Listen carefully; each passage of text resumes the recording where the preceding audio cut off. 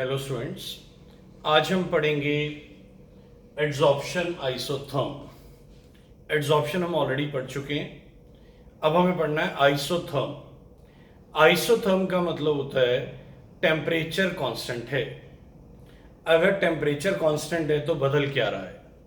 बदल रहा है प्रेशर। तो इसके लिए जो ग्राफ है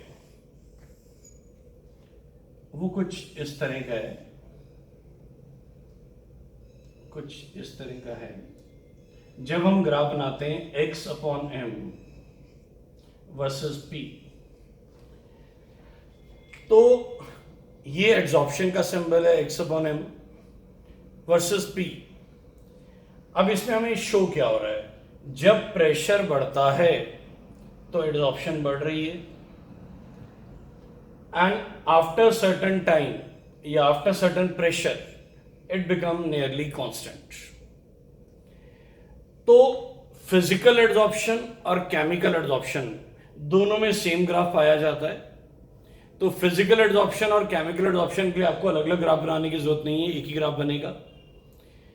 x अपॉन एम क्या है? Adsorption versus pressure.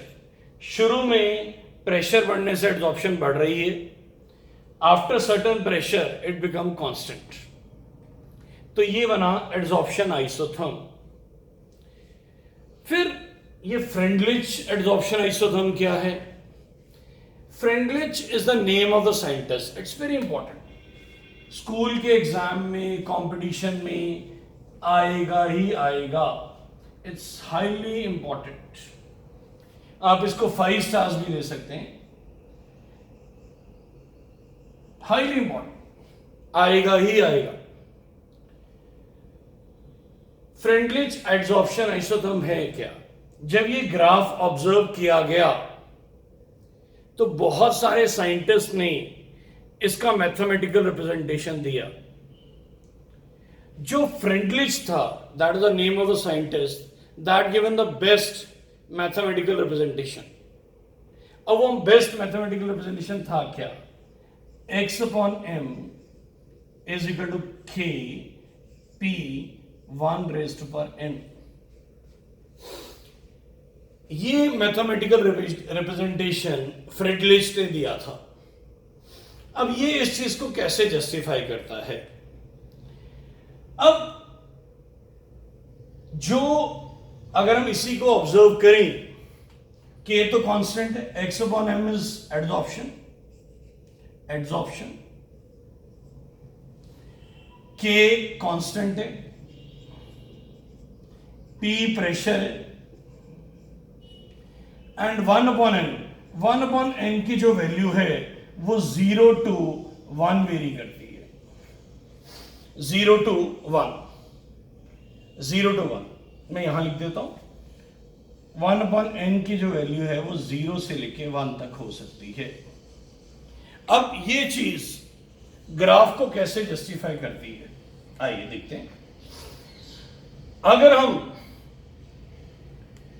1 upon n को 1 ले लेते हैं, अगर आप ध्यान से देखें, पुट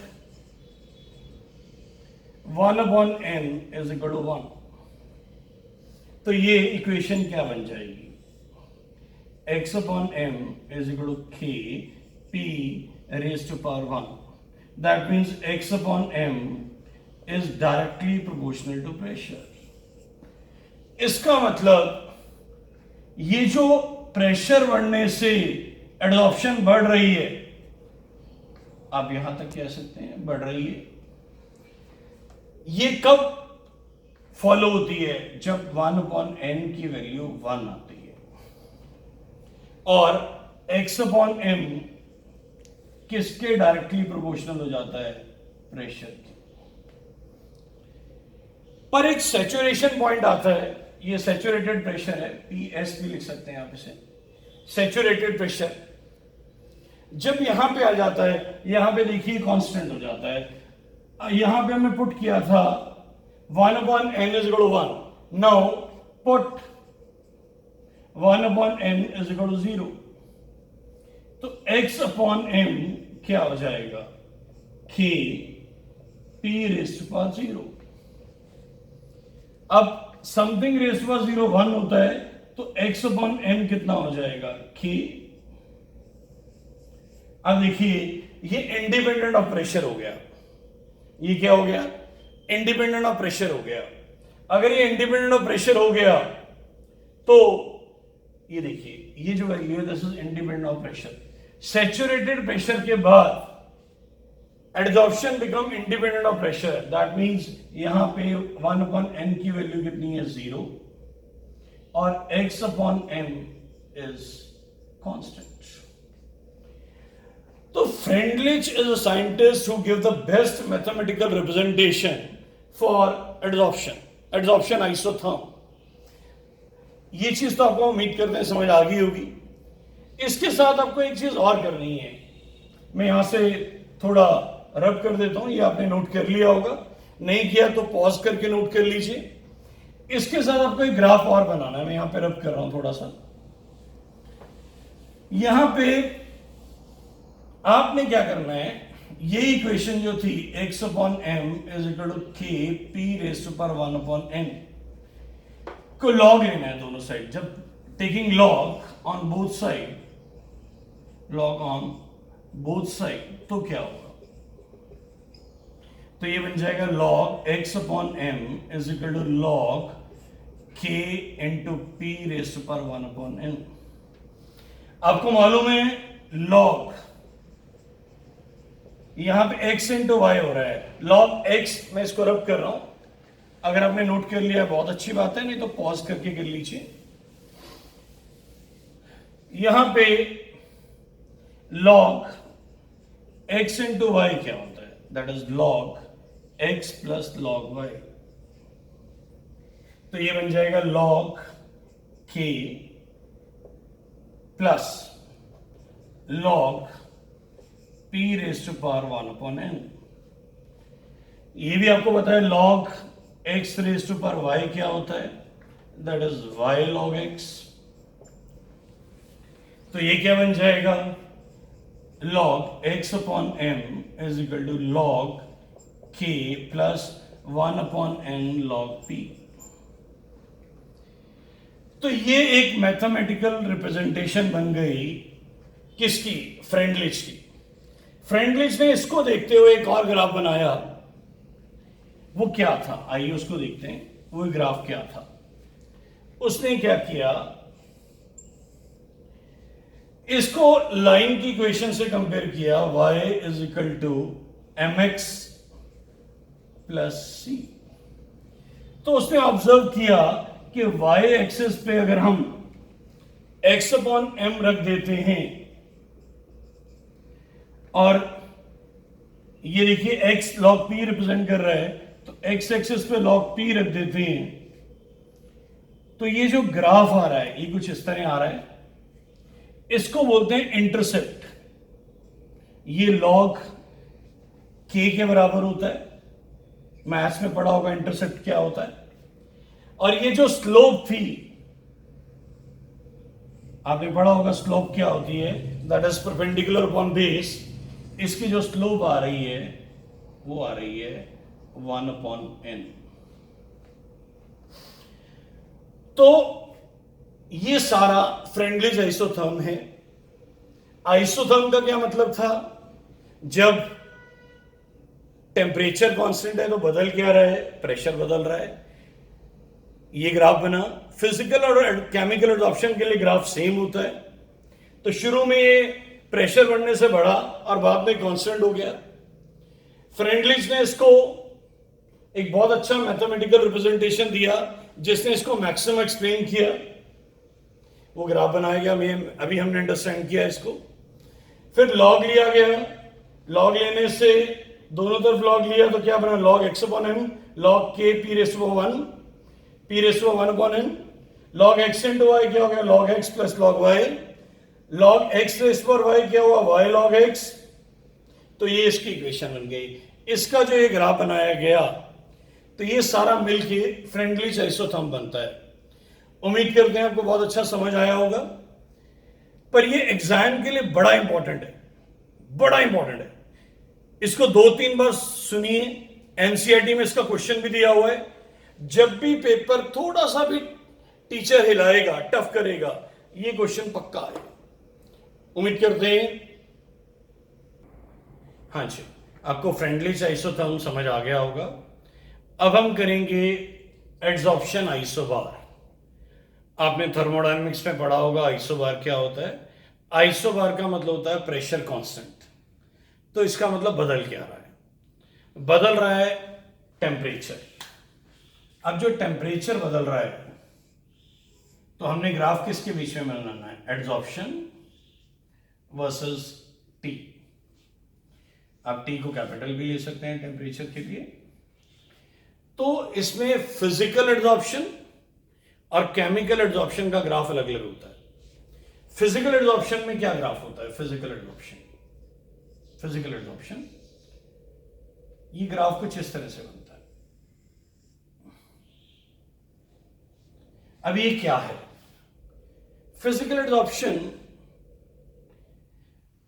ये फिजिकल से ये जो ग्राफ बना है ये बेटर है कि हम केमिकल के लिए समझें। ये केमिकल एड्सॉर्प्शन के लिए है। केमिकल एड्सॉर्प्शन को ये बेटर कैसे समझाता है? शुरू में टेम्परेचर बढ़ रहा है तो एड्सॉर्प्शन भी बढ़ रही है। आपने पढ़ा था rate of reaction is directly proportional to temperature. जब टेम्परेचर बढ़ेगा तो रेट ऑफ रिएक्शन बढ़ेगा। तो केमिकल एड्सॉर्प्शन भी बढ़ रही है अप टू 10। ये देखिए टेम्परेचर बढ़ने से केमिकल एड्सॉर्प्शन बढ़ रही है। बट अगर टेम्परेचर एक लिमिट से ज्यादा हो जाता है, अगर टेम्परेचर एक लिमिट से ज्यादा हो जाएगा तो क्या होगा? सारे बॉन्ड्स टूटने शुरू हो जाएंगे। एट वेरी हाई टेम्परेचर कोई भी बॉन्ड एग्जिस्ट नहीं कर सकता। तो ये वो चीज है, जब टेम्परेचर एक लिमिट से ज्यादा हो जाएगा तो बॉन्ड्स टूटने शुरू हो जाएंगे। बॉन्ड्स टूटने शुरू हो जाएंगे तो एड्सॉर्प्शन कम होनी शुरू हो जाएगी।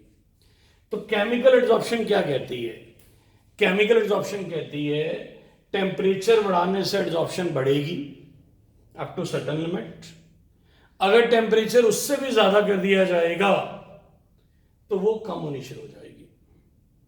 क्लियर? आइए अब आती है फिजिकल एड्सॉर्प्शन। एक चीज और बताता हूं, कुछ बुक्स में ये ग्राफ कुछ इस तरह से भी दिया होता है,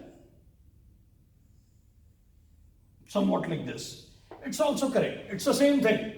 पहले बढ़ रही है फिर कम हो रही है, ये भी पहले बढ़ रही है कम हो रही है। Depending upon book to book, some books draw like this, some books draw like this. When x upon m versus t, the graph is drawn for chemical adsorption.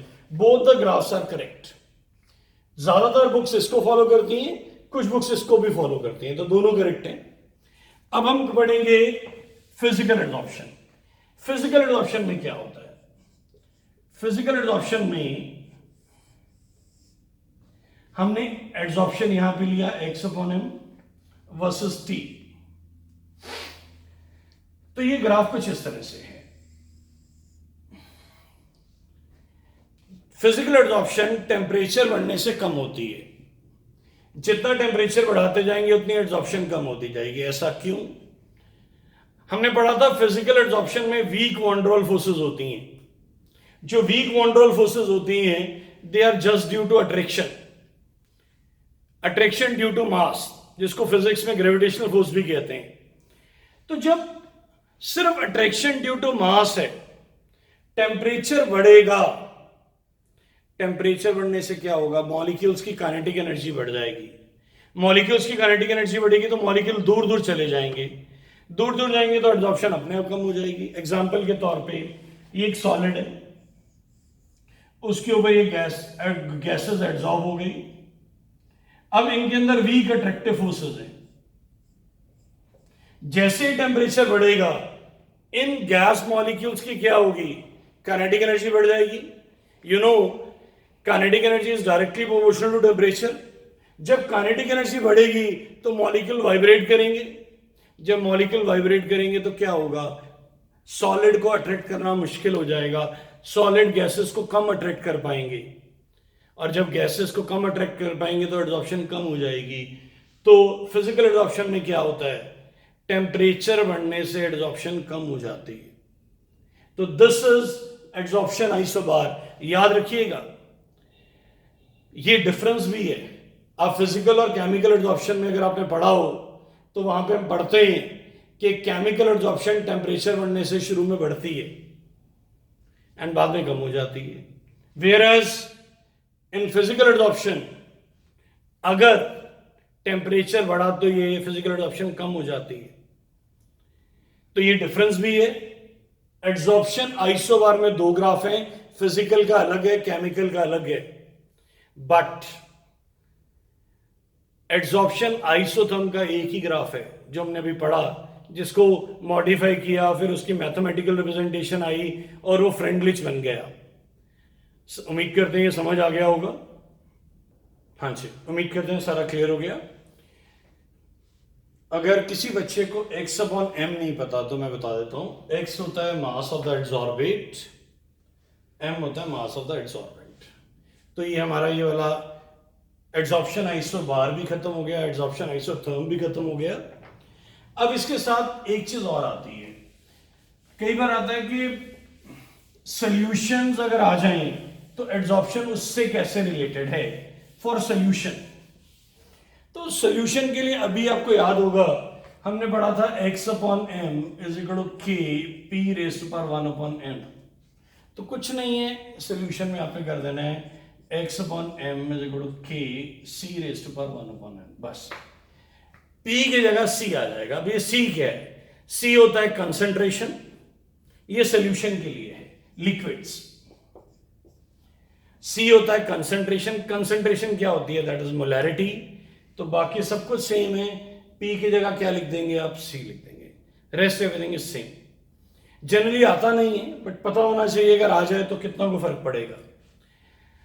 अब इसके बाद आता है एप्लीकेशंस। एड्सॉर्प्शन की एप्लीकेशंस क्या क्या हैं,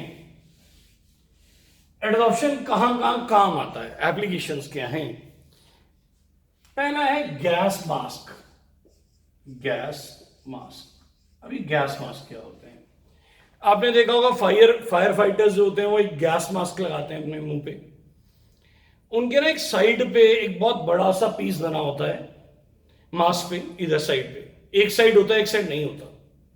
इसके अंदर ना एनिमल चारकोल होता है, उस मास्क के बाहर एनिमल चारकोल लगा होता है। एनिमल चारकोल की एक नेचुरल प्रॉपर्टी है कि वो सिर्फ पॉइजनस गैसेस को एब्जॉर्ब करती है, ऑक्सीजन को एब्जॉर्ब नहीं करती। तो उससे बेनिफिट क्या होता है, जब वो फायर फाइटर्स जहां आग लगी होती है वहां जाते हैं, वहां पॉइजनस गैसेस होती हैं, carbon monoxide, carbon dioxide, oxygen भी होती है, मिक्स होती है। जब हम सांस लेते हैं तो ऑक्सीजन के साथ कार्बन मोनोऑक्साइड, कार्बन डाइऑक्साइड भी जाती है। वो मास्क क्या करता है, वो एनिमल चारकोल क्या करता है, एनिमल चारकोल क्या करता है, पॉइजनस गैसेस को अलग कर देता है, ऑक्सीजन को एब्जॉर्ब नहीं करता। जब वो ऑक्सीजन को एब्जॉर्ब नहीं करता तो जब वो एयर लेते हैं लंग्स में तो वो सीधे उनके लंग्स में चली जाती है, पॉइजनस गैसेस नहीं जाती। तो ये इसका बेनिफिट है एब्जॉर्प्शन का। फिर इसका बेनिफिट है सेपरेशन ऑफ गैसेस। अब जैसे एनिमल चारकोल है वो ऑक्सीजन और बाकी गैसेस को अलग करता है, ऐसे अलग अलग मटेरियल्स हैं वो अलग अलग गैसेस को सेपरेट करते हैं, separating of other gases. Third, आपने क्रोमेटोग्राफी लाइक आपने वो यूनिवर्सल पीएच स्ट्रिप देखी होगी। यूनिवर्सल पीएच स्ट्रिप में क्या होता है, पीएच के हिसाब से कलर चेंज हो जाता है। वो जो पेपर स्ट्रिप है वो H पॉजिटिव को एब्जॉर्ब कर लेती है और अपना कलर चेंज कर लेती है, तो वो भी एब्जॉर्प्शन है। बहुत सारे मेडिकल टेस्ट क्रोमेटोग्राफी पे होते हैं। Chromatography is based on absorption, like sugar. पहले क्या होता था, आजकल तो थोड़ा कम हो गया, पर पहले होता था जो पेशेंट होता था उसकी जो यूरिन होता था, यूरिन के अंदर एक स्ट्रिप को डिप किया जाता था और उसको ड्राई किया जाता था। वो जो पेपर स्ट्रिप थी वो ग्लूकोज कंटेंट या शुगर कंटेंट एब्जॉर्ब कर लेती थी और अपना कलर चेंज करती थी। वो स्ट्रिप कितनी येलो हो जाएगी उससे शुगर पता चल जाती थी। तो उसके पीछे जैसे यूनिवर्सल पीएच स्ट्रिप पे एक कलर बना होता है, लाइट येलो पे ये है, ग्रीन पे ये है, ऐसे करके वहां भी एक स्ट्रिप पे कलर बने होते थे। इतना येलो होगा तो शुगर 120 है, और येलो हो जाएगा 140 है, 160 है, 180 है, तो उससे पता चल जाता था।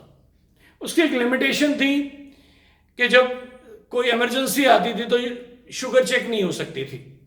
फिर आज आपने देखा होगा ब्लड से चेक कर लेते हैं आजकल, वो भी एड्सॉर्प्शन पे बेस्ड है, इलेक्ट्रॉनिक मेथड है। फिर आता है ये क्रोमेटोग्राफी हो गई। फोर्थ आपका हो गया, आपने देखा होगा शुगर, जो हम घर पे शुगर खाते हैं वो गन्ने के रस से बनती है, जूस ऑफ शुगर केन। जब जूस ऑफ शुगर केन को गर्म करेंगे तो वो ब्राउन कलर का बन जाता है, पर शुगर तो वाइट कलर की होती है, तो उसमें से कलर को एड्सॉर्ब करना है, तो वहां पे क्या यूज होती है, एड्सॉर्प्शन यूज होती है। फिर क्रोमेटोग्राफी हो गई, आपका शुगर वाला हो गया ब्लीचिंग। तो ऐसे मींस बहुत सारी इसकी एप्लीकेशन है। फ्रोथ फ्लोटेशन, तो लाइक 5-6 हो गया। आपको सिर्फ एप्लीकेशंस के नाम लिखने होते हैं, तो मैं आपके नॉलेज के लिए इनको डिटेल तक एक्सप्लेन कर रहे हैं। तो फ्रोथ फ्लोटेशन है, प्योरिफिकेशन ऑफ वाटर है, ये सब किसकी एप्लीकेशंस हैं, एड्सॉर्प्शन की एप्लीकेशन है। क्लियर हो गया यहां तक, कोई डाउट? चलिए, उम्मीद करते हैं सारा क्लियर हो गया होगा।